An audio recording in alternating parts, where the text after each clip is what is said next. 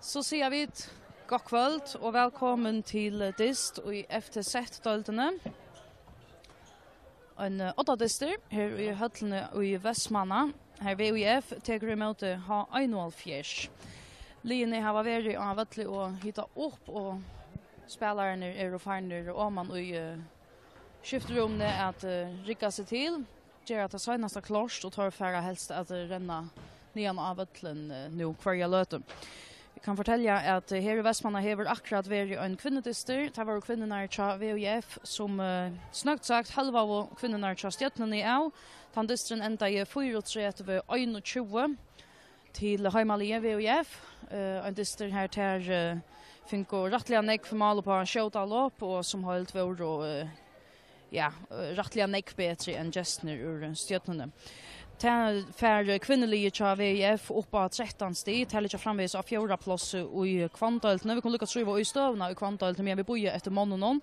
Næsten framvis 8 li, og Kintel nummer 2. Begge havnalinje har 24 sti i 8 av kvantøltene. Så VP av 3. plass i 15 sti, VUF har nå 13 sti, Stjøtman av 5. plass i 6 sti, og STUIF av 7. plass i 4 sti. Så kommer høyvurskinkar av Vøtlen her, gestene ur H1,5. 8 lie og i FTZ-døltene, steipa vinnare, vi kunne blå vi, at Rosa Høyvurskinkon tar hava steg så vel her til i år, men sunnudegen var det der for de åsikre, ta vann KIF i måte H1,5 og i Høyvurskjøttene, så Høyvurskinkar hava akkurat at prekva her i kvöld, og tar spela sånn i måte Heimalinjen VUF, som øysene hever steg så vel i år. Heter en dister i midten nummer 8 og 2 og i FTZ-døltene, H1,5 som nevnt 8 li, vi 25 stion, og VUF i løtene av Ørenplåse vi 21 stion. KIF hever øysene 21 sti, men tar har spalt øyntes flere enn VUF, og så hever VUF øysene månande bedre malmån enn kolferingar. Så det en dister i midten 2 av finalekandidaten om førjemarskere heter Støvan i FTZ-døltene, altså H1,5 8 li vi 25 stion, VUF nummer 2 vi 21 stion, KIF nummer 3 vi 21 stion, Kintel 4. plass vi 18 stion, Narsten nummer 5 vi 16 stion, STUIF av 7. plass vi 20 stion, og så Team Klaksvik av 10. plass. Tarva finnes 8 sti her til i år. Heseberg-Line, VUF og H1,5 har spalt tverrferer over i måte hver i Nøron i år, i Hesenkapengar Arnon. Den 4. distren var i oktober, 16. oktober, ta vann H1,5, 28-16 i Høyvurskjøttene. Og 11. desember, ta vann H1,5 atter, ta var det her i Vestmanna, ta var bare 2 mal av måned H1,5 vant han disten 29-22. Det er sannelig lagt opp til en spennende dist i midten VUF og H1,5 her i kveld. Vi kunne trøve i tar som manna liene, så börjar vi utelig noen som har bulten her, H1,5. Nummer 8 Eason Dam, det han som börjar i malen, og så nummer 16 Jens Skipagøto. Nummer 2 Bergur Akasson, nummer 3 Hjalte Backman, nummer 4 Rune West Høygård, nummer 5 Bojegård Davidsen, nummer 20 Wilhelm Poulsen, nummer 14 Sigmund Dahl, nummer 15 Sigmundur Nolse. Skulle lukka vite om det har vært til mal. Her til Peter Krog, han slipper kjøkkenen, men laten börjar vi bjerga og tar vi så østnet 30 meter kast her. Vi var kommet til Sigmund Nolse ved nummer 15, til H1,5. Anton Skiversen nummer 18, nummer 23 Hilmar Lian Jakobsen, nummer 24 Niklas Hansersson. Og her etter Peter Krog ved en skåte som fer oppom. Kan ta altså genka kjøtt inn veien. Arche som kommer vel av sted her. Vi gjør Luka Høyvurskinkar Littnar her, Peter Krog, altså som vi så skjøta her, vi nummer 45, nummer 3 Daniel Torkar, nummer 94 Jonas Djurus, og nummer 95 Trøntor Arke, og til Sanne Larsen som vennjere tja Høyvurskinkon. Ferdig av sted i balten Jonas. Så har Hilmar Leon klar, han kommer inn her. Så 8-0 til Kjestenar. 8-0 til H1,5. Anders Siversen ut av vansjonen som skjuter første mål her i kveld. Gult kort her, nummer 5, tja Høyveskinkon til Boje Gard Davidsen. Så kunne vi kanskje lukka få til at færre trøyva i manningsna tja Vestmenningon. Her nummer 2, Samuel Johansen. Nummer 3, Jon R. Nilsen. Nummer 4, Sjurur Olsen. Nummer 6, Rune Johansen. Ja, skulle vi lukka få etter kjødalopp i Arden. Jonas. Blir felter her. Det blir altså frukast til H1-4 her. Vi er i Jøknen Manningsna til VUF. Nummer 6, altså Rune Johansen. Nummer 6, Jakob Andreas Johansen. Nummer 8, Julian Olsen. Nummer 9, Archie Eilsnes. Nummer 12, Andreas Eriksen. Nummer 11, Jon Müller. Nummer 12, Oni H. Petersen. Nummer 14, Bjersti Hansen. Nummer 16, Malvergen Mlaten Bjergmakka. Nummer 19, Høgne Zachariasen. Nummer 20, Joel Lammauke. Og så nummer 21, Storskjøten Filip Jojic, som hever bolten her ute av Batchenon. 30 minutter langt spalter her i Høtlen i Vestmanna. Står han altså 8-0 til Høyveskinkar. Det malet som Antor Siversen skjeit for Luttlare Løt og Sojan. Og nu altså Vestmenningar som røyna pitcha opp her. Filip slipper han i jøkne. Dette gjør han Ari Easontam. Vi har en fralukkare bjerging her fra början. Aradam Malveien tja Høyveskinkon som altså hever kolossal antydning for H1-4.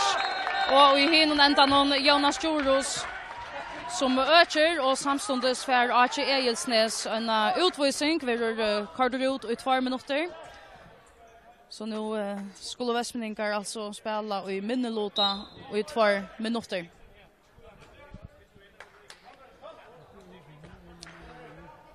Vestmenningar nu, alltså VF teker Malverjan laten ut nu i mentor är ju i minnelota och sätta Bjersta Hansen in av batchen.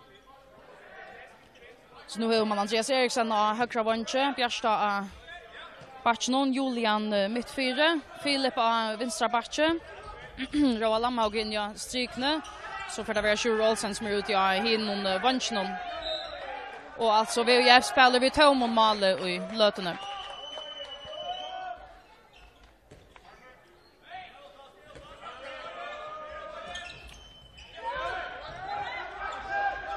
Julian släpper och Jackman hållt här och för till att ska säga ett brottskast. Det är nog Jonas Djurus som kommer att hänga sin rätt ur här för oss en avvägning. Och alltså brottskast en upplagt möjlighet till Vestmenningon att minka om månen står alltså 2-0 och nu är det Filip Jojic vid brottskastet. Ari Easontam och har 1-0 Malnon. Och Svikalier Filip Jojic minkar om månen till 2-8.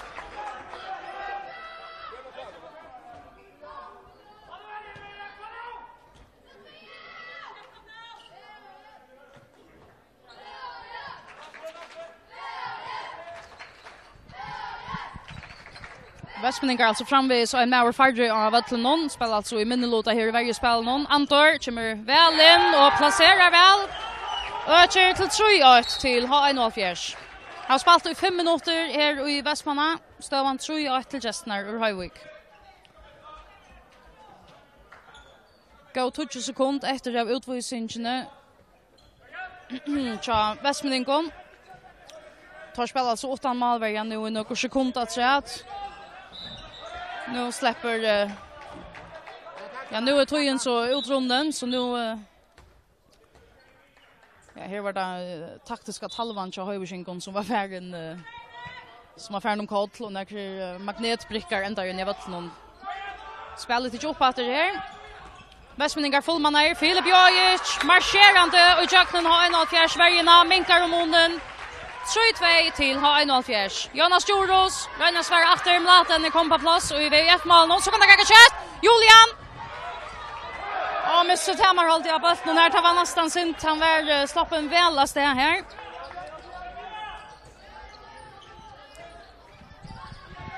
Jonas Hilmar Leon. Anders Siversen som han ska så utlova finns ju en snott här men det var i Sverige som så han är av foten efter. helt med hemma att Västmanningar låg och rättligt högt upp i och vart och Peter Krok. Det luktar som mansväg och Janne, men nej, det är nog inte ordentligt att jag lukar. Det är bara en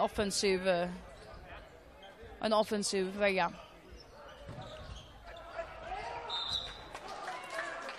Jonas slutar efter Sigmund in i strykene.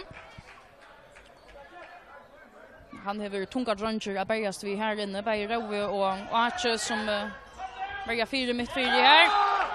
Jonas Jordos teker av målläggaren. Här var vi uppe.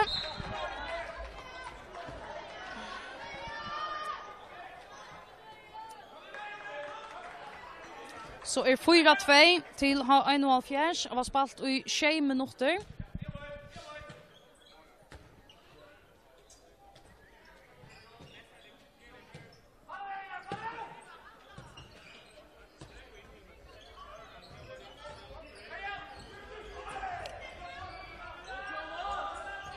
Philip, Julian, så kom det vara plats här, men Daniel Torkar fylker honom väl. Och inte som tar meta att han fer och längt in och tog skilt döma brottskast. Jag tar göra det nog. Brottskast till VUF. Så spurningen om Filip Jojic ska köta sitt 3 mål i kväll. Han har skottet till Berge som Arredam. Hever teacher störst spelare vissar till Västmanna. Efter att döma.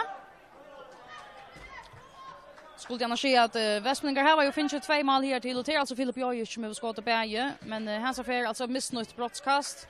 Arde är sånt en brantor och har en 4 mål någon till han som en kan vara 4 och han har alltså stor antydning var det en dagsens likeare tror har en 4 i stepa finalen som tar vunnit här 4. Och Chelsnes efter Arde Dam i mål någon som väger 4. Så skulle det ha Hilmar Leon in. Anton Siversen med sin 3 mål i kväll. Öcher så läser stan nu 5-2 till H1-4. H1-4 kvar alltså via utskiftning i alla uppväge till Boje Davidsen som spelar vägeparsten och tar H1-4 så för alla upp så är det så kommer Hilmar Leon Jakobsen in av batchen. Men nu alltså Boje tror jag att det tar i vägen nu.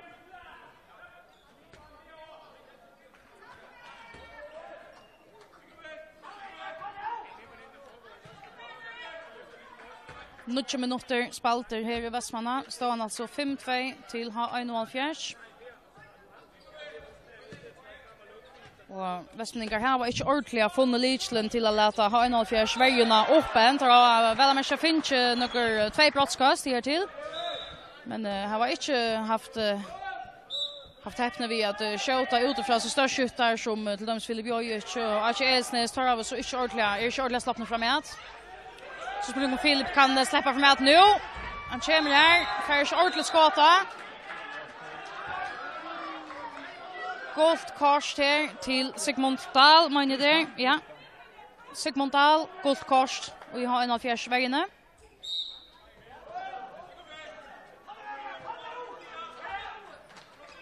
Det är bra så som stövna att Västmanningar alltså bäst har skått 2 mål och vi har alltså spalt i 20 minuter nu.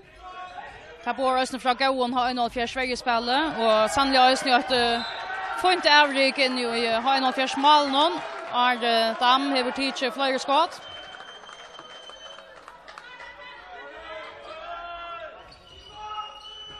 Och det hanker center av Filip Jojic. Kanske Archie Elsnes kan hjälpa någon. Ja. Kommer boltrande vid en skott i här. Och det är absolut ett vapen som Västmanningar skulle loa. En kanon som tar skulle loa. Om tar skulle vara vi här.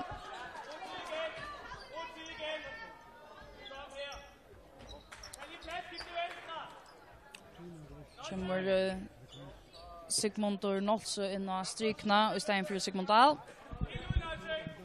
Så jag kvus högt Västmanningar välja så att alla spelare har höjsing kommer check nog så längt efter.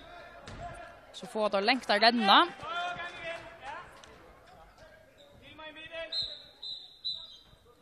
Så ska akkurst ankomma in att torska galve.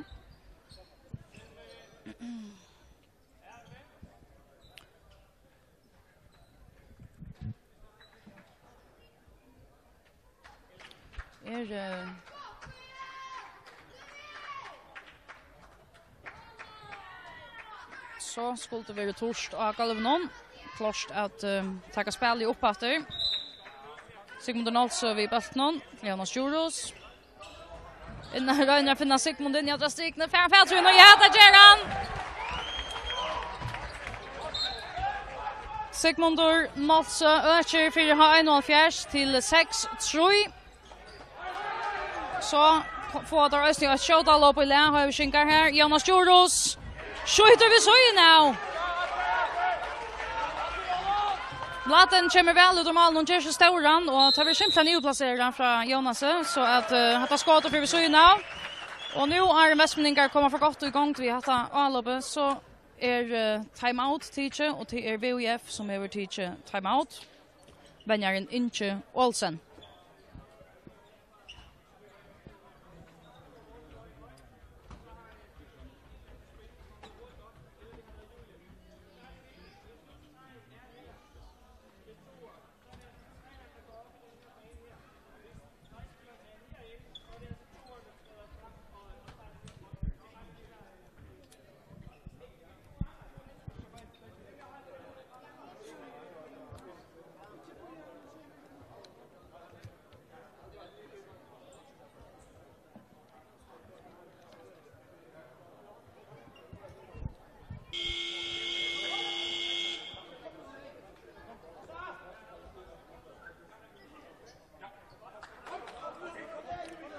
Så för att vi har klart att det spela i uppåter här. Alltså stövan 6-3 till ha 1,5 mot VUF. Har spelat i 11,5 minut här i Hötlen i Västmanna.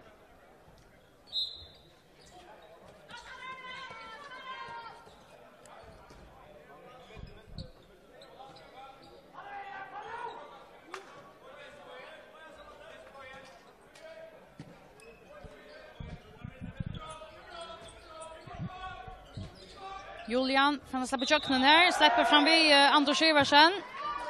Det är något frukast, eller tror jag med kast Arlen.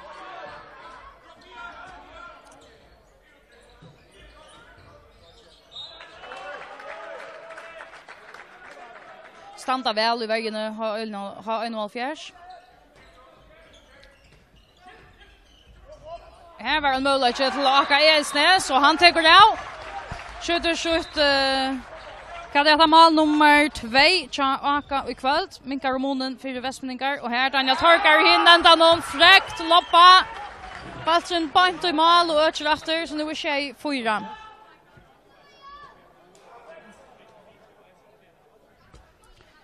Tjej 4 till ha 1,5.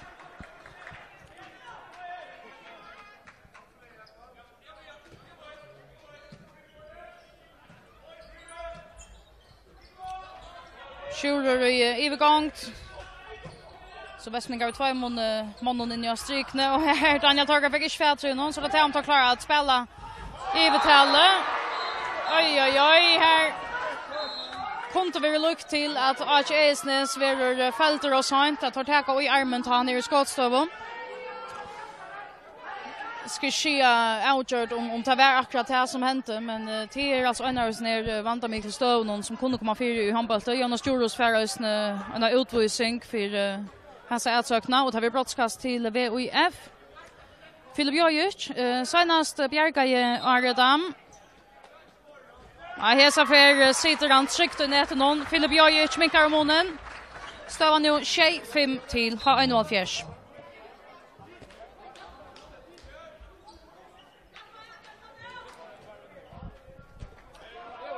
Nu Rune West Höjkart som kommer in och har 1,5 spelar mitt 4 här. Till Jonas Juros som annars har spelat där plats. Han är ju så ute nu vid utvisning och tar av att titta Malvarjan Ara ut och Ösne, så att ha 1,5 löten spel vid tom och Malve. Till sånt för inte vara i minnelota och i allopstövne. Hilmar Leon, Rona tar avgrutner i vägen Vestmenningar. Och Hilmar Leon har haft först tjeje här för oss nu ett frukast.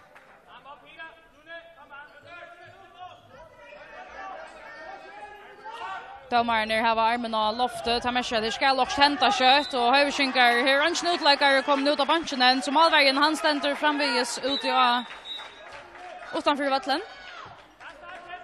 Nu kommer Rune så ut, och så Peter Krog för det som ska skjuta här. Här är allopsfeiler. Dömter emot i ha 1-4. Så Filip Jojic var som tar döma allopsfeil handa vid en ösne. Jo, tager där. Anders Iversen kommer att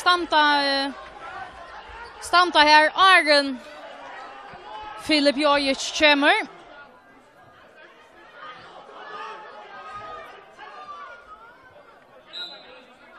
Stavan framvis 25 till ha 1-4 här i Höllne i Västmanna. Har var spalt i små knappar 15 minuter. Att lite kvarter har vi spalt och Höjveskinkar alltså framvis i minnelåta. Till det nej Sjöjan Jonas Joros som är 8-4 och i lötene spelar alltså 8 målvärja. Rune har fänger han in i strykene men Räcka så Stanchen Bjarkar laten här och nu är ha 1-4 efter fullmanna.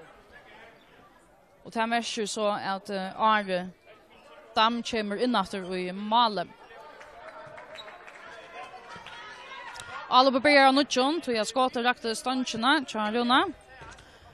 Antar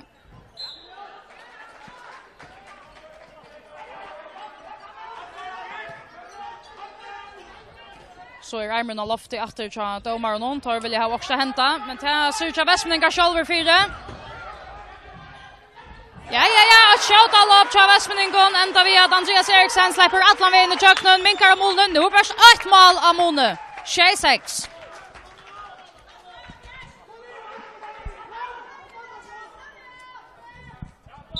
Så är det ha 1-4 Svenjaren Sonne Larsen som tar time out.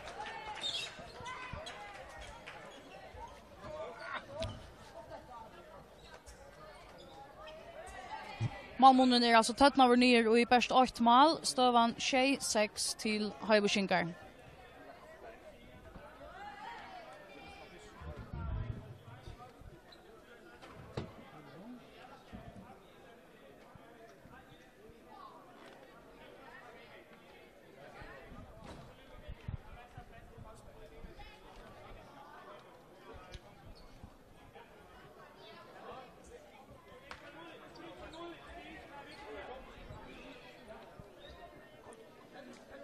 Så försökte vi klart att tro i efter spel i här. Stövan 6-6 till ha 1-4 kör mot VOF.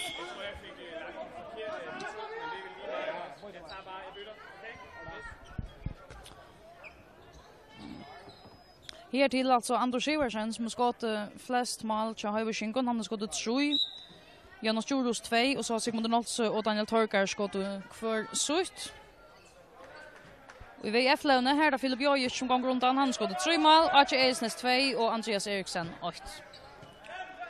Det här gör alltså 6 mål tillsammans, Stövan 6-6. Jonas Joros skjuter på, vet inte, Jonas Joros har kanske kört ställa kanonerna in i kväll, han skjuter vid Suina och Janne.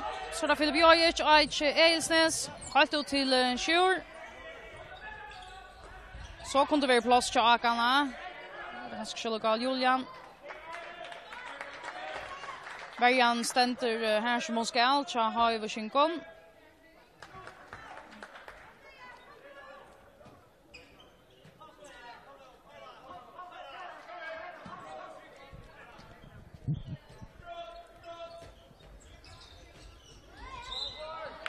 Vi varter högt. Filip Jojic, Anton Siversen ligger helt uppe och skärmar han av. Och det är så inte det samma som gör sig galtande hinner med en Chaka Eisnes. Det är torpar som är skyttande av VF-linon till en snivium till. Och det är nog tillvita, alltså taktiskt tillvita från H104 att man väljer att röjna att lucka torpar 9. Det kräver allt annat lucka Moira Hoflå från resten av VF-linon. Västmanningar håller alltså fram. Vi ser Höbobergene lite öliga högt upp mot Peter Krog och Jonas Joros. Och till röstne Tas hasta är efter mal talven i ena sagt alltså Peter Krok till dömes en stor skjut någon cha Hövershinkon har inte mal skott igen. Ta tids där rycka okej vet du.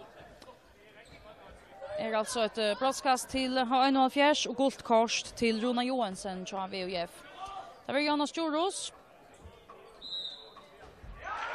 Jeshetau och öker till 8-6 till H1.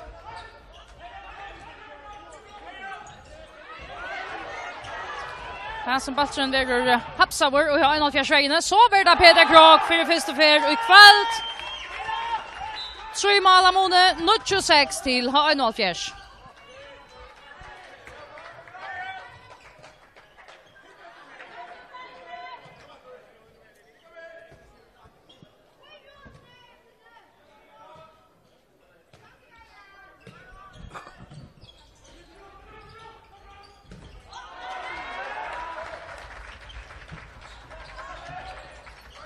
Arredam stendur her som man skal, og vi har en fjærsmal nå.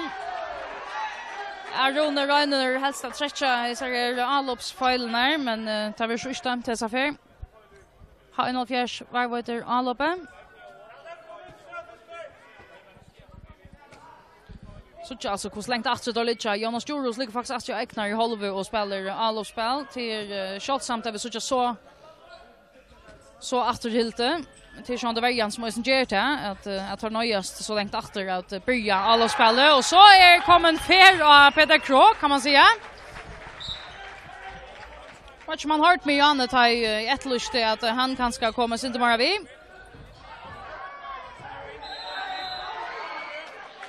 Så ett broadcast till Västmeningar. Stavan 26 till H1 och 4 jag menar inte 4 kväll att det är broadcast till VF. Filip Jojic en affär. 3 broadcast han omsätter till mål och Arredam över Bjarka Öjnon.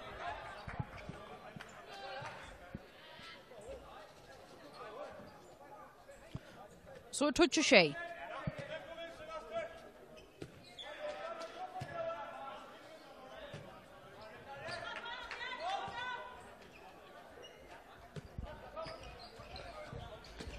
Daniel Torkar fer Atlanvägen pura själver. Flott temposkift så från hans så ju här. En broadcast.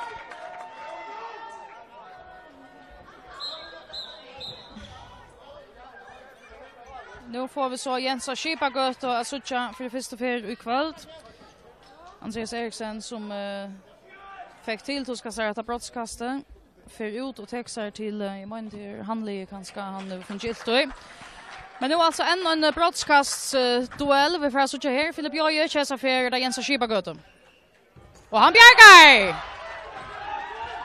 Jens Skipagött kommer in och bjärgar broadcasten från Filip Joje. Och allt det har vi då sen sett för att ha en 04 där har gått Malberger där har Arredam som kan stanna som en branter och så kan Jens Skipagött komma in och göra akkurat det samma.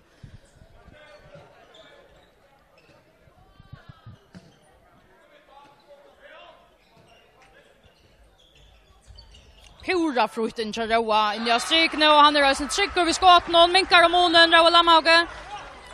Så är 11-8. Jonas Juros, 26 av hinnan då någon.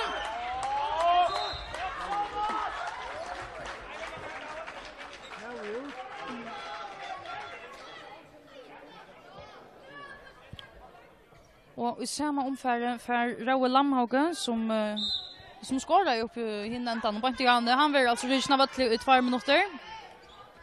Så att VF nu är min låta i 2 minuter. Tar han var tid Blaten ut, alltså Malbergen. Men vad som tar jag från dag för ska in nu. Jo, här kommer en utläggare. John Nilsen.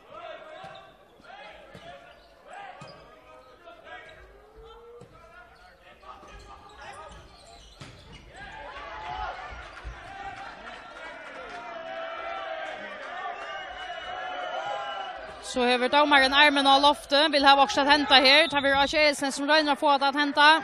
Fär ett 30 meter kast av en. Kjem så vi gör någon skott i här. Och Filip Jojic skjuter hemma och fär lofta 4 här ösnö. Laten var annars av in natur i Malmö, men här kom det ända galet av Västningen. VF och i minnelota och en liten minut att säga. 30 sekunder så tar fullmannen efter. Tar spela framvis utan målvärja. Tar i avloppet för jag vara Luka Neck för i avlopp någon.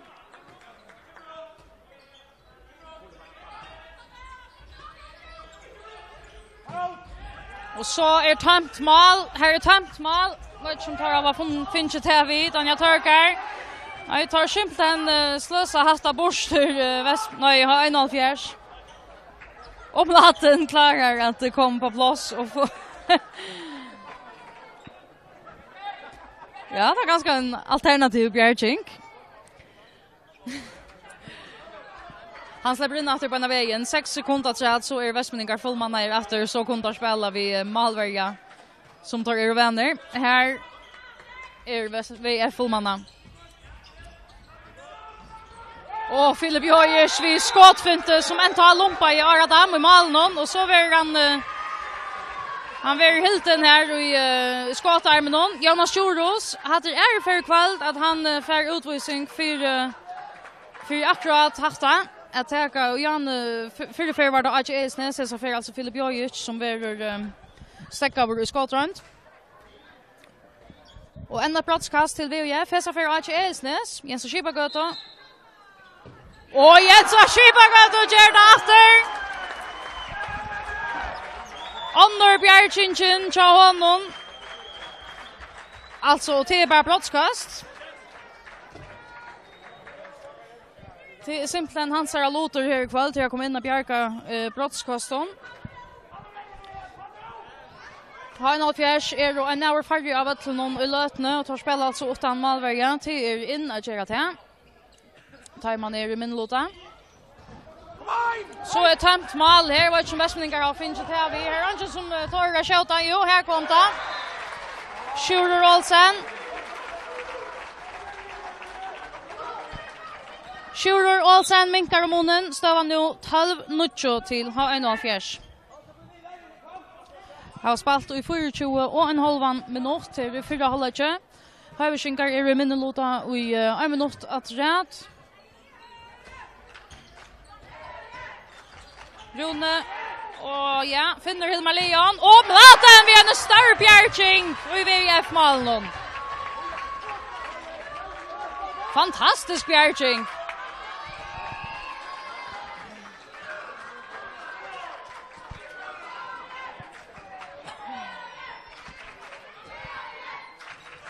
Fem minuter efter det vid 4 halvlek. 3 mål av Måne. Västmeningar kunde minka om Månen här. Andreas Eriksen. Nej, är det Andreas Eriksen? Det är ganska slätt. Det är Bjärs Jansen alltid. Det är Bjärs Jansen. Jag vet inte om han beklar till han länter eller vad händer. Men han har ju ödlan för en finch en snott av Omkronslä. För halt ut av golvet vid syna av bunchen av att lägga sig.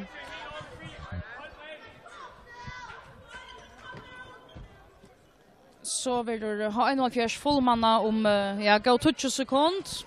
Och ta för så märka till att en Malverga kommer in efter så att ha imorgon tar spela från Malverga i lötne. Anders Iversen för han solo nu. Nej, Hilmar Leon så Rune.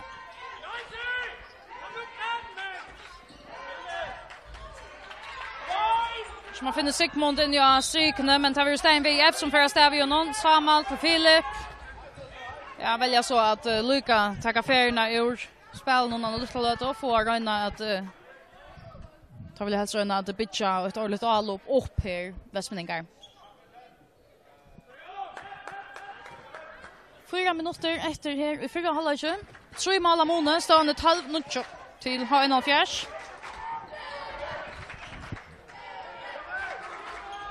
Andreas Eriksen i övergång till Rune fänkar han här. Annars var han pura flyr. Andreas kom flickvande in av Vansnon. Ja, efter för att vara 0-kött. Domaren vill jag ha också hämta. Armen är kommit upp. Andreas, kan finna han här? Sure, nej. Palsen för ut, inkast.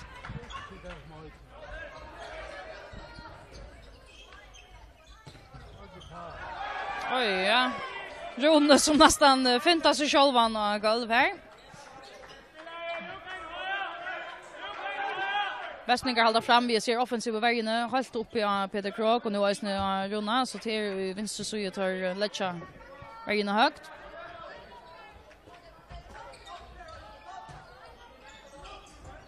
Vi ser 5-2 vägarna till Taimon. Daniel Torkar kommer av vantron och ett fralukt skott här. Lompar mlaten, var som han snurrar han inom, men det kan han göra, men 4 mål av månen nu, 13-0. Och så är Kjöldal upp hinvägen. Jag tar tackar inte av målagan någon. Här var annars folkfärgas där, så har vi skinkon.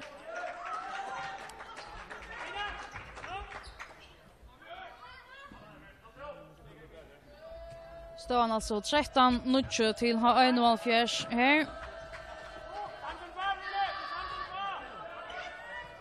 2 minuter och 15 sekunder efter att spela här i förra halvleken. Antor Siversen till Hilmar Leon, till Runa. Och ett fralukt underhåndskott här, Rune West, Heikard. Han ser första mål i kväll, men sikker nok mål.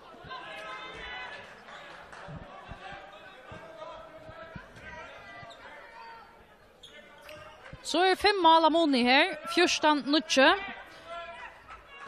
Och Höjviskinkar som jag var haft hamplet temarhalt och spelar någon här i 4 halvlek. Här var en löta här där här målmånen töttna ner i 8 mål, men annars har det varit om han. Västmänningar har ångan, du finns ju helt samband Victor. Daniel Torkar, kan han öka? Ja! 15-0.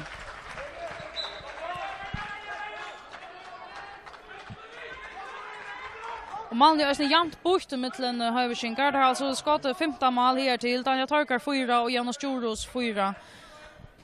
Och till Lukas som tar bara små skott flest.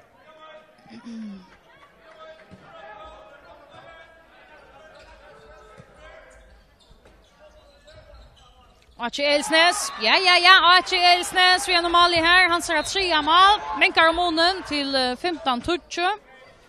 Och vi är färdiga in i sista minut till 4 halvlek.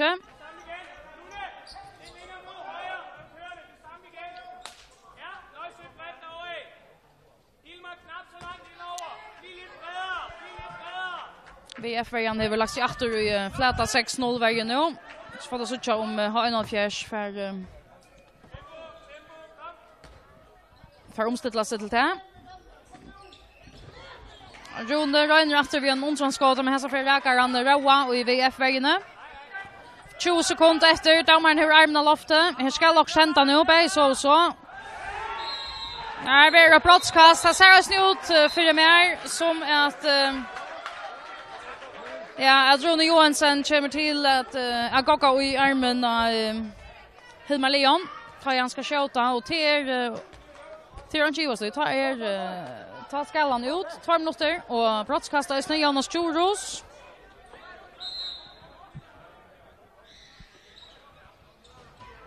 Och tvärsträge Bjarkar här, Jasper Blatten och i VF-malen. 4-3 sekunder efter Filip Jojic från... Och kör 15-20 meter kanske som röjner att skjuta här. Men hade varit här i 4 halvlek 15-20 till Höjviskinkar. Och ta i vidfärra att börja sätta halvlek om man har löt att ta våra västmänningar alltså i minnelota. Här är då 1 minuter och 48 sekunder efter av utvisningen som Rune Johansson fick för bara 12 sekunder sedan. Här är halvleker i Västmanna. Halvleksdagen alltså 15-20 till H1-fjärs. Vi var efter vi sätter halvlek om en halvlek.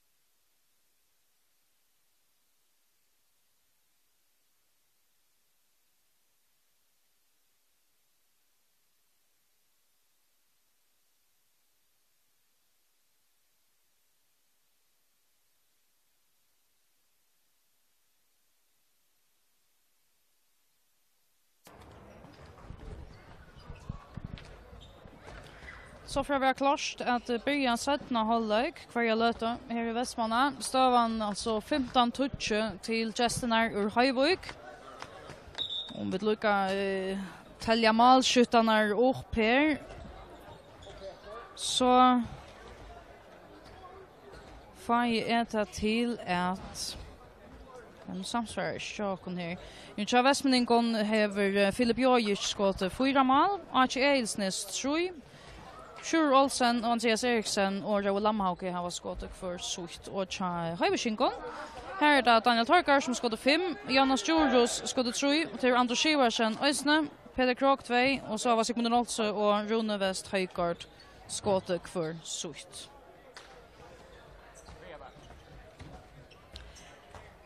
Det är alltså linje av första och örnplats i efter sättaltene som hittas här. Det är finallinjen från FM-finalen i fjör. Ta var det Västmanningar som drog långt straje, blev fria mästare. Vann bägge fyra finalerna här i Västmanna och så vann det ösne 17 finalerna för fullsättare Höjvikshöll.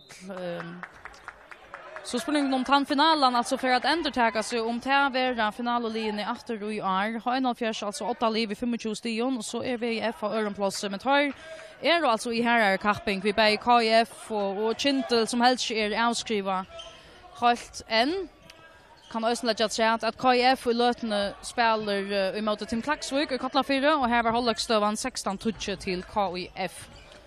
Nu kör vi alltså åter här i Västmanna. Och Västmanningar börjar alltså i minnelota. Det var Ronny Johansson som fick en utvisning på en halvlek. Och tar har så som en gång av valt att ta målvägen ut nu i allopspel någon. Så läser tar er 6 mot 6 här i allop någon. Spelar där av bollen här med den ner på plats efter i mål någon.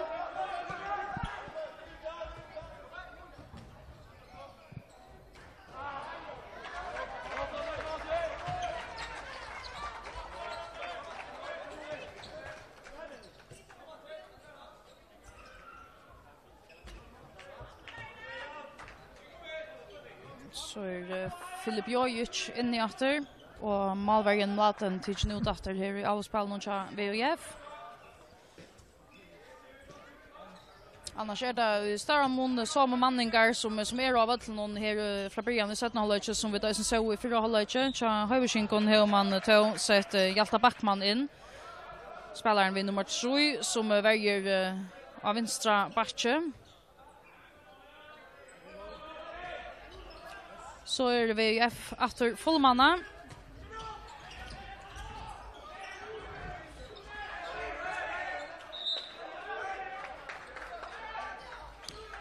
Damer över armen av loften, så här ska också kända nu. Det kan alltid komma från Filip Jojic, det kan också komma från Aka. Det kan ända ut av Vangen som Jashura. Och det gör det. Han skårar, minkar om munnen för VF, Sjurur Olsen.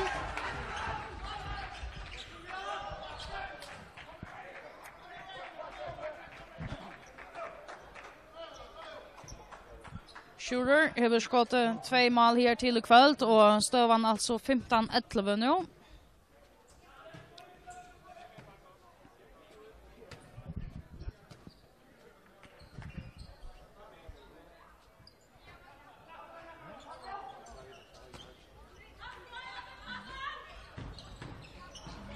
Daniel Torkar kommer i Krambalage här vid 2 Västmanningar. Helt är bägge Julian och Sjurur Olsen som är om man här.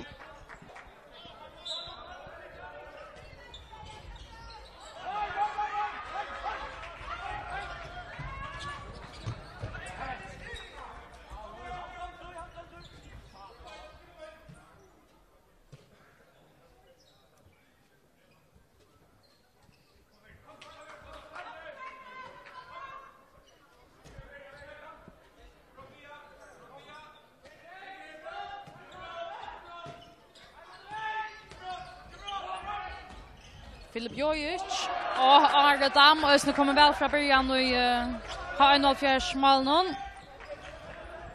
Hjalte Jonas här Peter Krokvissar han vill så att dreja färgerna ur spelen och ner.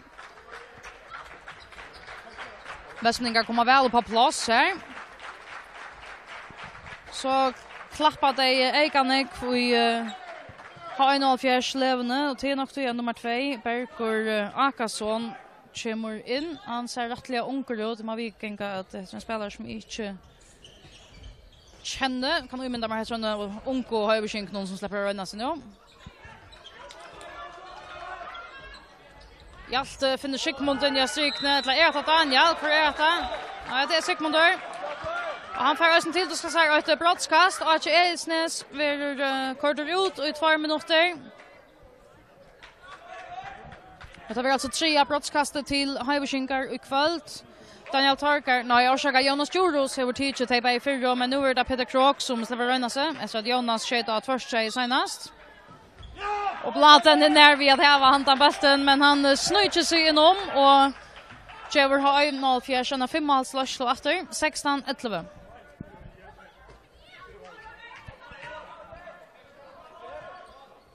Och Västmanningar nu alltså efter i minnelåt av att Meshator spela 8 mål varje nu tar det i Alobe.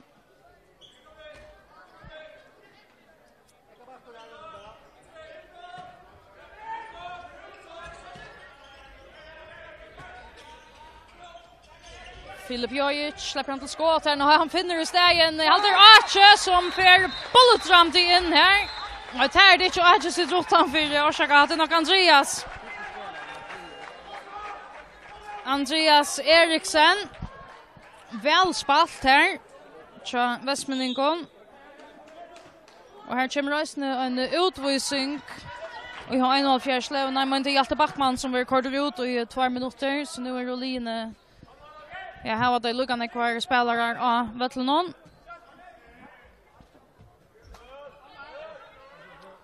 Final fjärs tycker Malbergen ut, så nu tar alltså Marlot av i alla spelen här. 6-5. Peter Krok. Ja, blockaren här, så det var Lamhauge. Teker skottet, ger dem något hotnakast.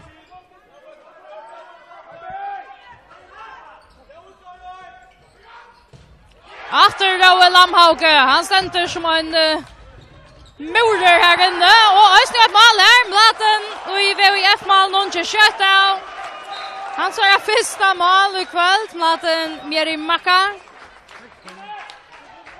Det är alltså ärefär att han kostar Höjberskinkon att spela 8 mål varje, så spelar vi 2 mål. Nu är det bara 3 mål av måned, 16-13. Västmanningar vill ha fullmanna nu om 6 sekunder, 6. Jonas så släpper inte till skott här. Och här kom rätt lite liv i VF Vihalsfjälterna här. Tavia kan ska blå. Det är en god stima akkurat nu, Västmanningar. Efter nu en blocker och i VF-vägen tar stanta. Allmäntliga väl akkurat nu. Här måste det etnast för 3 för att skjuta och tömt mål. Här för alltså Baltren vid syna av. Så har vi skinkar släppa vi skrätchen någon här för. Och jag har 1-4 så ganska synd ringt vi att finna Leachland till så VF-vägen här. Ta ut och skjuta utifrån, men så ständer en blocker här inne. Berge Raue och Filip och kvar det annars ska vara och blockera 4. Och tar lite ösn framvägs högt och välja lite nu i när såna 3-3 varje Västmanningar och det ser ut att Östskimla har en 0-4 spel. Tar välja väl Västmanningar. Flyttar sig väl. Här släpper han i mitten. Jonas, Peter. Ja, tar här var Ulfsalla ringt vi att släppa helt fram i att fäten och ner har vi skinkar.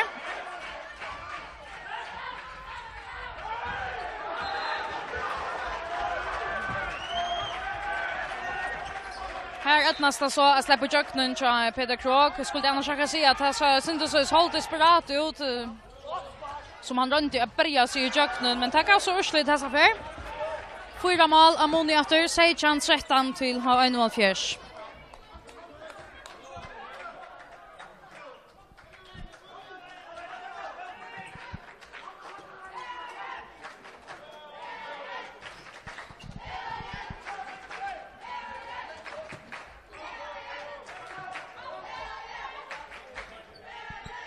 8 minuter spalter her i 17. halvleken. Støvan 16-13 til H1-fjers. Oi, at Kjell av Vestmningen at tar ikke slippe at Fylke har som skjøt alle opp noen til dyttene. Men det skal altså takkes atter. Da frukast det her atter i Malta ikke ta imot. Og i Katlafire her KIF og Team Klaksvik spiller her nå 21-12 til KIF. Så det lykkes det noen heimasikre her. Og jeg kan skal ikke overvante. Og her det Filip Jojic som kvartjer vann i VF-levene her. Og så Jonas Joros vi har noen skjøten etter Sverige i hinnen enda noen. Og det her kommer morgen så fyrer jeg vil sitte akkurat etter at Vestningar bærer seg jøknen opp i jøknen av 1-4-veien skåret, og så gonger det almindelig kjørt inn i veien, og det var det var økt atter på en av veien. 4 mål Amone, Achan Fjørstan, har spalt i 19,5 minutter i 17. halvleken.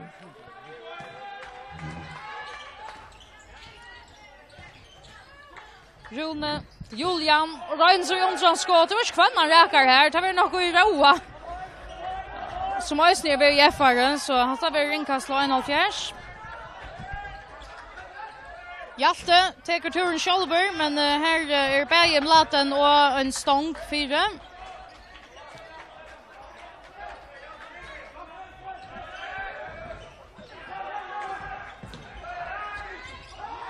Oj, det var väl kämpat, tror jag. Att Archie Elsnes. Han ligger och teker emot i här som returen någon här och minkar efter Romonen. Nu är Archan 15 till H1-fjärs och Sanne Larsen H1-fjärs vänjare hever teacher timeout.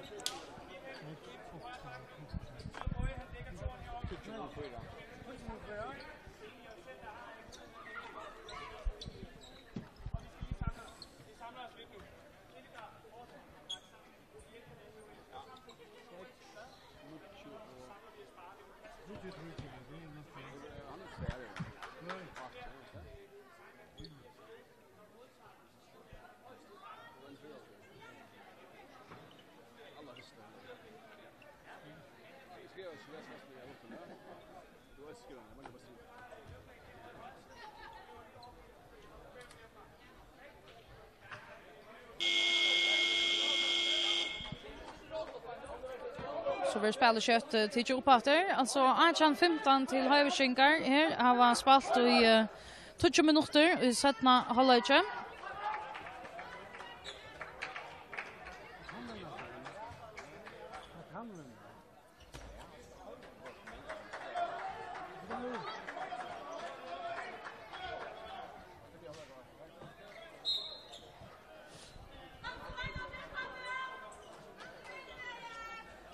Nu är Willem Paulsen alltså ösnen kommit in och har 1,4 lie.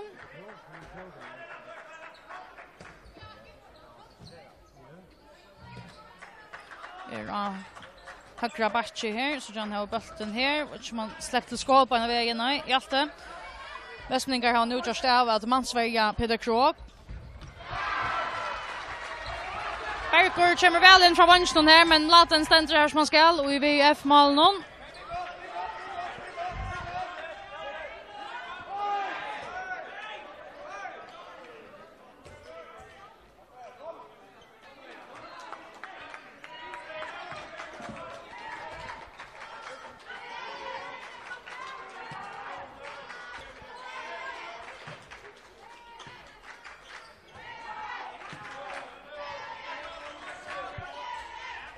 Philip till Julian. Arche. Och Julian och fram ur gott skott här. Julian Olsen. Så är det alltså bäst 2 mål Amone. Vi är för någon gång styma nu. Och tar mansvärja Peter Krog. Det ser ut att lycka väl i alla upp någon. Och värjan ur Eisensteg väl nu senast lötna. Och Höjviskinkar har alltså också ringt vi att finna Leachland som kan läta sig här VF värjarna upp.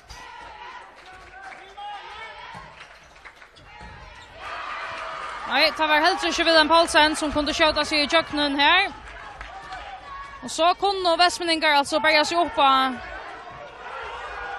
Ja, Stegen missar där bollen här, vad som det kan bli att skjuta lopp tja. Över Shinkon. Blaten! En fraluk Bjärching. Här Berger Akarsson. Och Öronsen innanför helt stort att höj. Røynes pura frøyer, men altså en utrolig god bjerging fra Blaten og i VF-mål. Noen kommer vennlig ut, gjør så ståren. Og helter altså VF inne i helter dem opp i einer, ja, tar bare over 2 mål. 18-16. Kunne altså minka ned i 8 mål nå. Og til tannvegen til gonger akkurat nå. Tar en god stime, som sagt, Vestmenningar. Arche, Andreas. Her pura frøyt inn til til Jan. Så kom det kjøtt hinveien, Hjalte. Man Wilhelm Visser. Her får det Østefjelltrøyen og Vestmenningar. Sjuror til Philip. Så det han tar slå bollen i hjørnet og røyne spille morgen, etablere alle spill. Ja, det er det nok hese for. Men en utrolig god VF-verja, tar kommer vel hjem. Og så kjøres den Blaten i VF-malen som har funnet størst spillet frem her i 17. Holder ikke.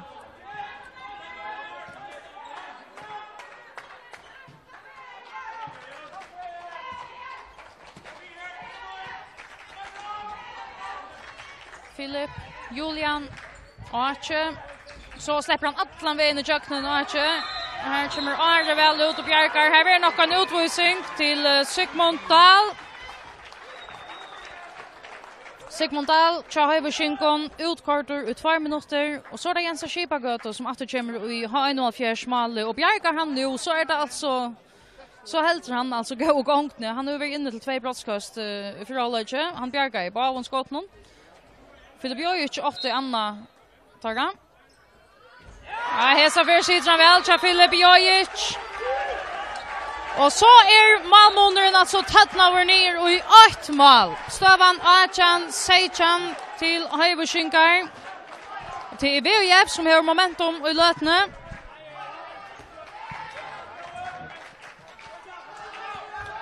Halda fram vid att Mansverja Peter Krog och Höjveshinkar alltså just nu i minnelota och i lötene. Så nu spelar där utan vi tar mot Malle.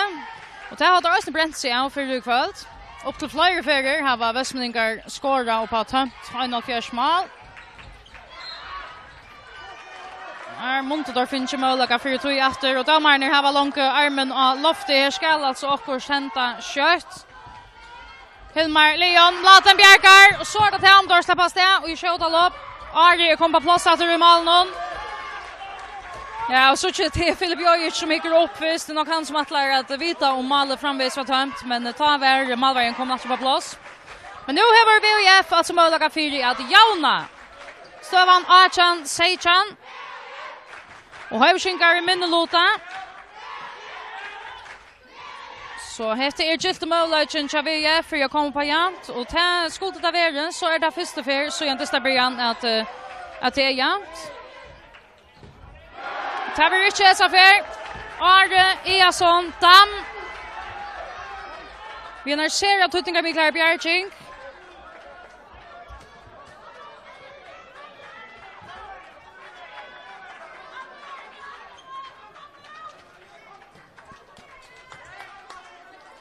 Tutsi sekunder træt, så er det Line fullmanna, eller så er Høyveshinkar at fullmanna Vestmenningar har vært av lunsje.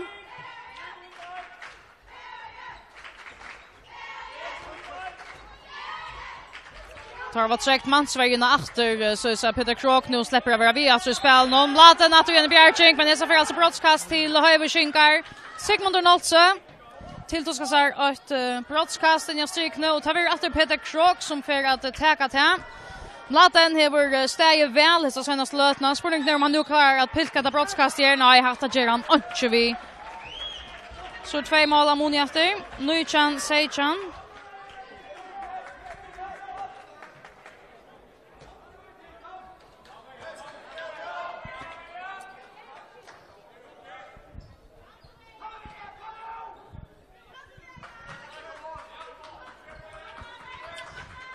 Två mål Amone, 14 minuter efter att spela. Julian smekka till självande Julian Olsen och fralugskott. Att det bäst 8 mål mot Boje. Mladen åter och i VF-mål och han ständer som en branter i lötne. Och så kokar fjälten här i Västmanna. Nu har vi VF återmöjliga för jag kommer på jämt. Stövan Nykän och Ätjan.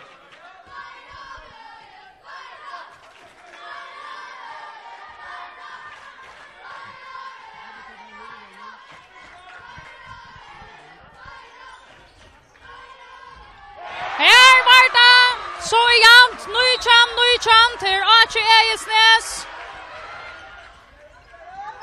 Så alltid att fjoltor att hemma och vi har 1,5 levande.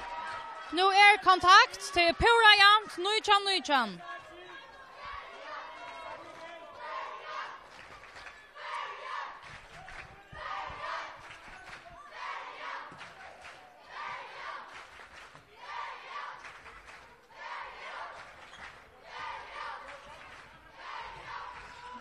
Jonas Juros crutches flushes ju på i Roa Lamhauge här för att trycka med det kast.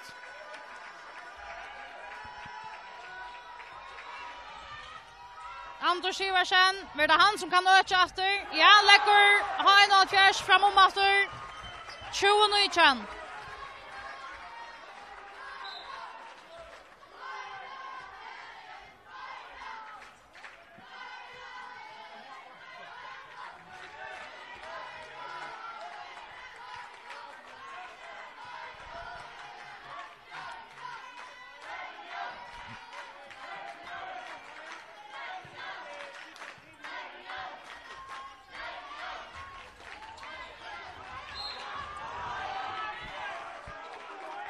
Frukast här till VUF.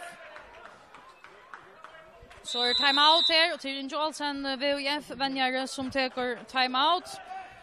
VUF alltså gör någon gångstimma nu. Hej samband vi har 1,5 poäng till Janne. Kom upp igen och nu är alltså 8 mål Amoni efter. Stövan 29 till ha 1,5.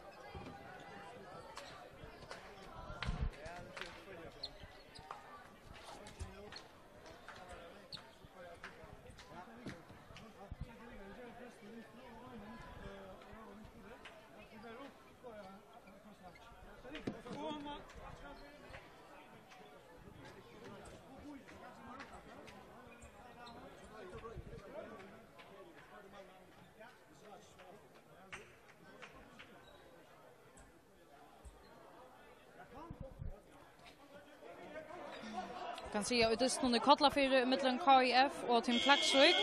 Här är stövan 24-16 till KIF i Lötne.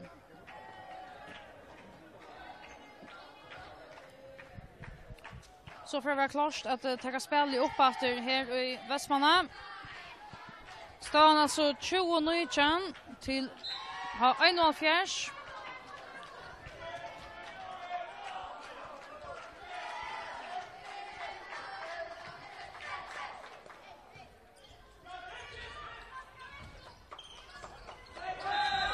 Rune missar Tamar alltid av bollen någon simpelt än.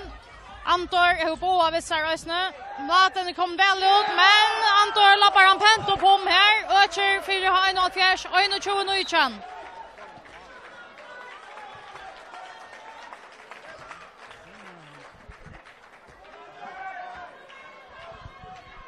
Och 29 till ha 1,5. Här är det 11 minuter efter att spela. Filip Jojic.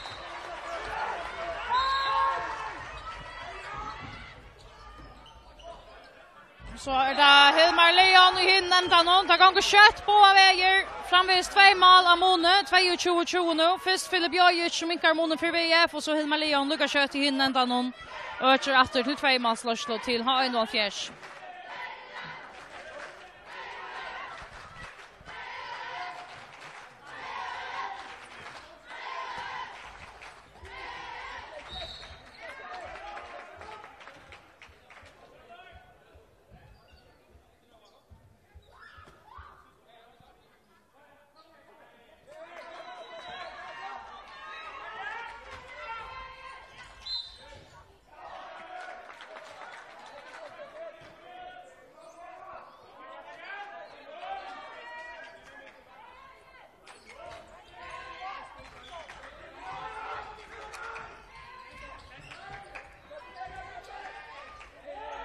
Filip Jojic, får ikke minka om månen her. Arne Dam.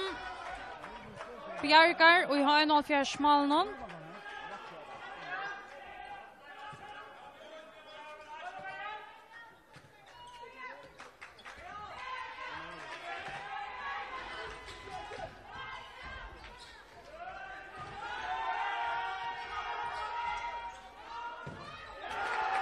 Peter Gråk, vi har noen fynon blokkje her.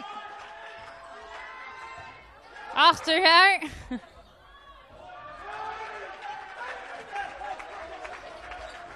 Så nästan ut som att Filip Randja skjuter i köknen, men det är så inte här så för.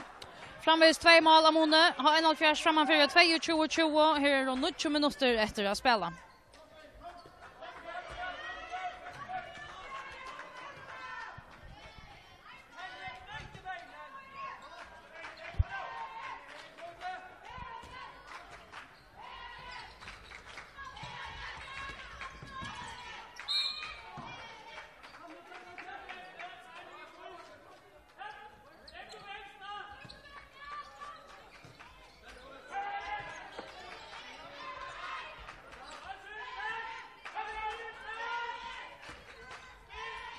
Daniel till Jonas.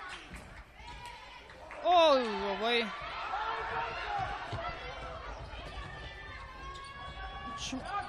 Så ut som Niklas Hansson faktiskt fick en framåt, men det var nog inte tillvitt att det så bara som direkt slut ut. 8 minuter efter, här framvis 2 mål av Mone, alltså 22-20 till 1,5.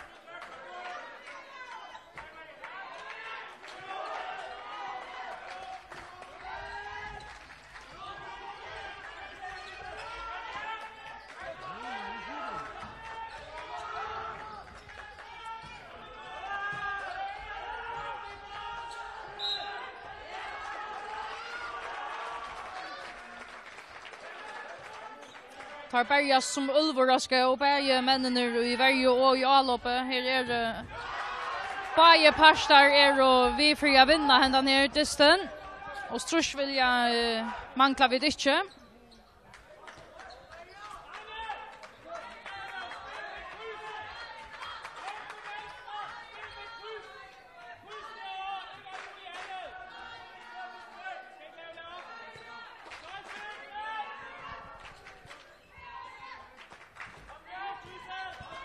Daniel Torkar.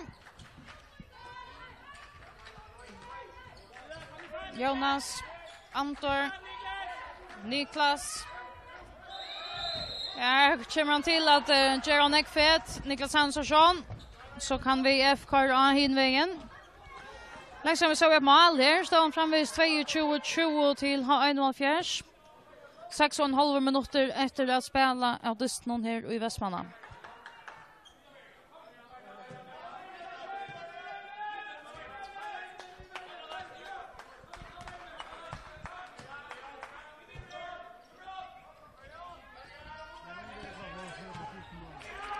Filip Jojic, men skjuter point i blocken här som hälsar för Niklas Hansson. Daniel Torkar bryter väl i jöknen här. Och släpper själv att fylla Hansson till det här. Öcher till 23-20.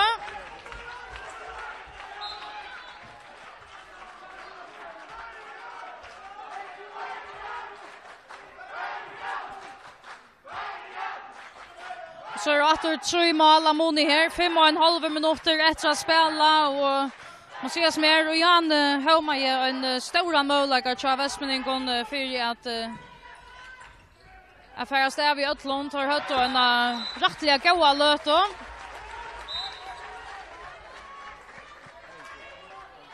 Ja, stövan är alltså 23-21 nu.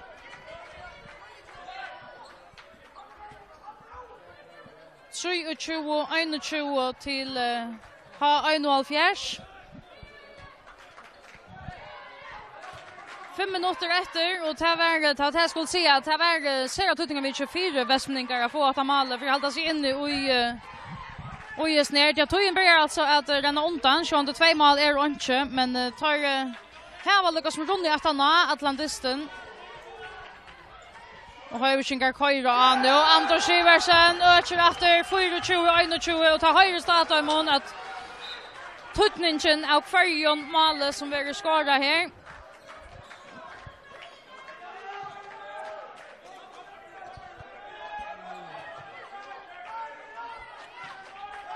Och tojen gånger och klockan och lötner gånger om bära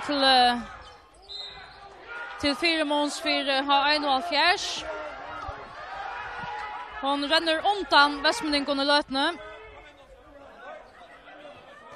4 minuter att rätt så är resten distren lever. 3 mål Amone. 24-21 till ha 1,5. Och nu har där alltså att alla möjliga för att öka kommer på en 4-målslösle och gör där till men så får jag säga så är det att hon tja Vestmundingon att komma så efter det här. Tar väl helt uppe och norsk vi Janne. Men så stäcker jag det lyckas med upp efter Tjadamon.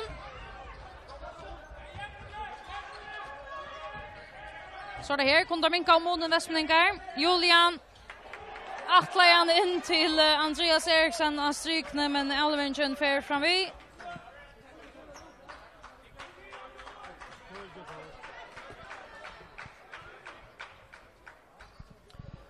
Tar så väl nökter ut att ha en 1,5 och nu tar vi ta väl att nu är snack vetter så här var det så jag ser på Stine. Går ut 30 minuter efter och 3 mål Amone.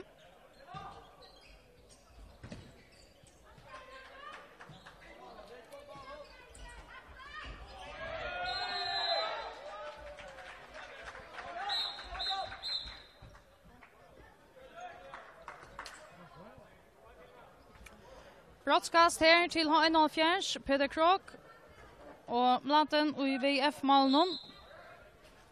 Hatta sätter han i nätet Peter Krok ökar till 25-21. Nu ser motfattlig ut till Vestmundingon. Här må vi staffesta.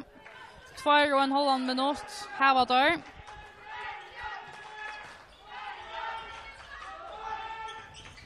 För att se att detta lyckas ha 1,5 sikre.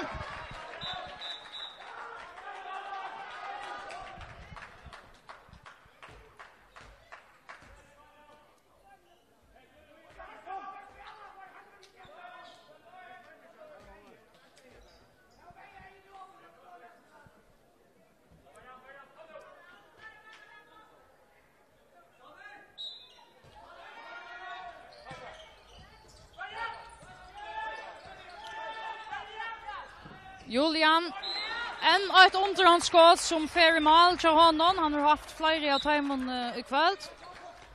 Minkar månen till 25-22.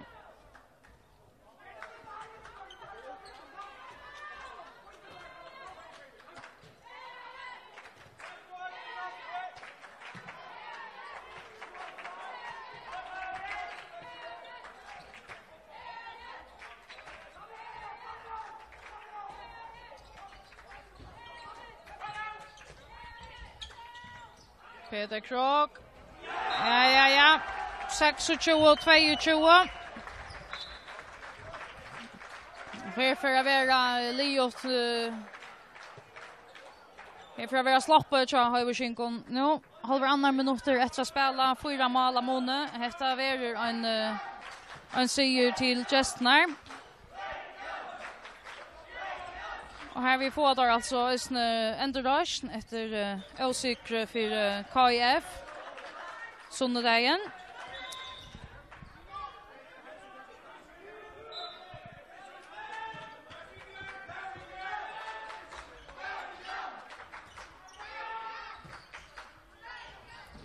Julian.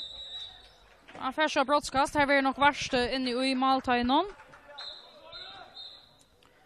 Är och färdig nu i sista minut av disten här. Nu får Filip Jojic en möjlighet för att pynta om urslitet för VUF. Och tar gör han här. Minkar och munnen. 23. Och Höjvikinkar har 26. Så kunde där Karata hem här ha 1,5 har en halva minut. Att veta om tar klara att få ett senaste mål här i Dystnon.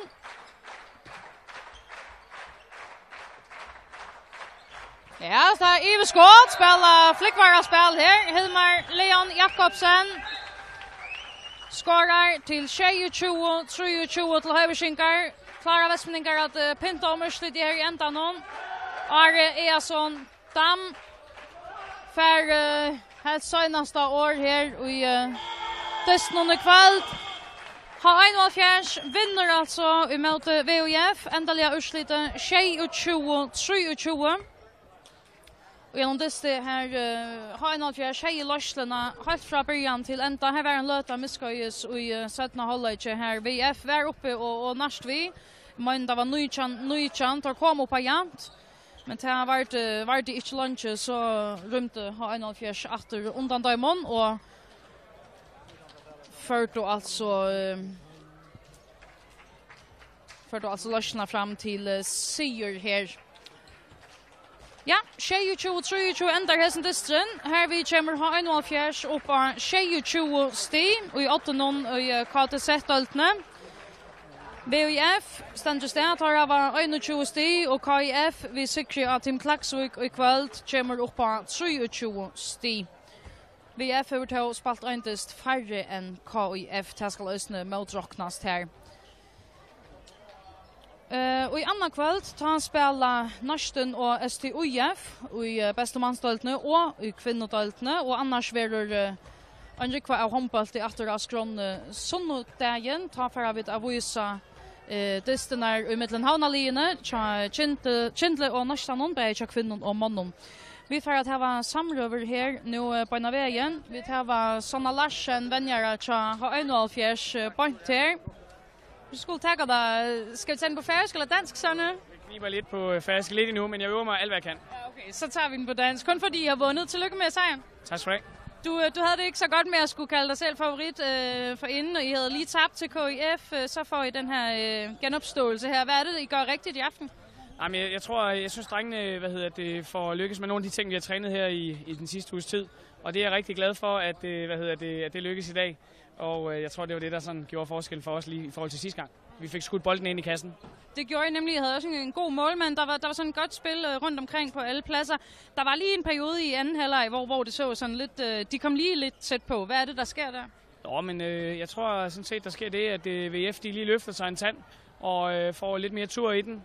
Og lige der står vi ikke så afbalanceret i vores forsvar, som ellers sådan holdt dem rimelig godt nede det meste af kampen. Så det skal vi lige have kigget på, hvordan vi kan gøre det lidt bedre i den fase. Nu er I oppe på 27 point. Finalepladsen, er den sikret nu? Nej, det må man jo sige nej til. Der er jo masser af kampe nu, og alt kan stadigvæk ske næsten i hvert fald, ikke også? Men så vi vil selvfølgelig gå efter finalepladsen, men der er lang vej igen, det er der altså. Hvad er det du kan bruge her? Altså nu går det jo godt her til aften, men hvad er det, I alligevel skal arbejde videre på sådan fremadrettet? Det synes jeg er et godt spørgsmål faktisk. Det er flere ting. Jeg synes, vi har lige den periode, som jeg nævnte før i forhold til forsvaret. Når vi lige justerer den, så tror jeg, vi står lidt bedre. Så har vi også, vores kontrafase kunne godt lige være en tand skarpere i perioder af kampen, i forhold til, hvor vi lige løber hen.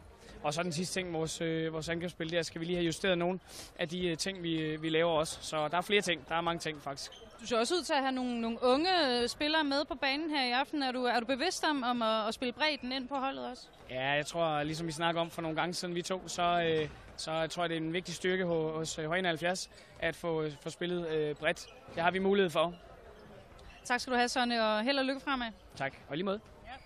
Ja. Det siger altså Sonne Larsen, H71 vennjere. Som vi finner alt på her, jo. Det er gongen nok. Vi tar også VIF vennjeren Inga Olsen av V nian til okkara. Så løyes. Jeg måste strakke hashpixi her, Inge. Inge, hadde jeg ikke? Tid kommer jag renna att ur så är det mesta av det någon. Jag försöker som jag upplevde att tid hade jag en att jag ska här sätta knowledge här naska och det var på jag någon. Hur räcker det fram final fjärs? Ja, vi spelar öliga vanligt. Vi gör såna batnafiler som längst borde vara rota iväg. Vi slösar simpelthen. Boltar. Vi missar boltar i alla någon. Men inte finna någon annan i pura vanlig crossspel. Annars en god stim här. Han låter ju så att hålla. Vad är det som till får ricka ta som sitter bara inte klara bara mål? Det är en trossreaktion som kommer i halvlek någon. Här vi kommer. Vi det gått någon oheldig en alert för alla när satt halvlek i början. Vi täcker hampla väl. Tar få bollen akkurat in och vi är ohäpna och tar har en fin målman nästan där. Men det känns inte bort att vi tappar på medlarna. Troi Brottsköst, Brent och alla tar miste bollarna i pura vanliga spel. Bollar som vi själva har mist så nekvar. Så det är simpelthen eländigt alla spel. Det var annars 2 steg som hade kommit öle väl vi inte tycker nu i hisner strämpan i en finalplats. KF vinner ikväll. Till det kändes att hektar men kan det att det skulle göra för att komma i FN-finalerna? Alltså låt ni vi släcker ner vi. Vi låt ner vid Skywark House. Metaforiskt så är vi ute i Jobonvattnet och vatten hävde inte kärlek gott. Så vi må finna ett annat felakstäv efter. Så att varje mässiga så skorar där hade 25 mål så rätt så tamparten är försåld okej. Så att vi kunde göra det här bättre. Alldeles mässiga kort och lilla. Det är våra basa till där vi där skorar nästan alltid 3 mål. Det är inte lätt. Det ser ut att Torfink Sherman också väl är för skjutten och alltså bara fyller på Archer så Jutla har också ringt via släppa till skåd. Har det för favor? Ja, tar spelar som det så är det för favor. Det är klart det är backchecken jag kan inte slå till. Så det är inte jag vad vi må lägga som då blir så det inte samma ung längre om och finna ett annat felaktigt och att lötne så brydda av Beibor. Vi är fan väck från finalplatsen nu. Och hvis vi inte får bättre spel, ja men så är vi väck från finalplatsen. Du nämnde själv att det är större månads du kallar det bortefejler med. Alltså det är ganska slös till fejler som man gör själv om man är vänner att göra ett bättre avrik. Är det något man kan vänja väck? Eller hur släpper man av så här? Ja, det ligger väl i hötten. Att det börjar gänget så kommer en annan osäkerhet som snöt sina lia. Och det här männa så just om det stämma eller kanske inte då. Men det är sannsynligt en annan osäkerhet som gör det att spelaren såg ut som om att det är säkert ta gå handbollsspelaren som vi såg för några få månader sedan. Det var mental vändning så tycker nu. Ja, det alltså handboll är ju mental vändning alla tydna. Vi räknar ju den mentala anbo men det är så läs att det är alltid delande räka eller några spelare på en märklig touchpunkt. Det är hörvänjning alltså man måste simpelthen lilla vänja. Det är så man tänker om att tror vidare. Om det bara ett annat touchpunkt så gläpper det. Det är goda spelare. Eftersom som blir förmästare i fjör och förra. Så vi vet väl att det då vi ska bara få ta det tryck på att det blir till. Så jag drar som chilly timing alltså vid närskast det så är fasen i kappingen här det är faktiskt nu man ska slå till. Ja. Vi då väl att läsa tabeller. Så vi vet väl att klockan är slie och vi visste väl att det betyder det. Att Koffringar spelar och tar ganska få 2 steg. Så vi då väl jag ska läsa vad Kindler så vi då läsa alla kär tingsne. Det är inte tröst minne. Så men må nu till att visa stationen ligger till Gusman kommer fyra sig att han har spelat lag. Kanske inte Gusman ruinar allt det klarar han snart. Vi gläder oss så mycket positivt för resa dig. Tack för Inge. Själv tack. Det säger Inge Olsen, vi är fänjare. Vi får att tacka för åkon här i Hölln i Västmanna. Här har en av fjärs alltså vann emot VOIF. Fotografer i kvällt är Rune Dam och heter Maria Siskasson Nesa. Tack för i kvällt.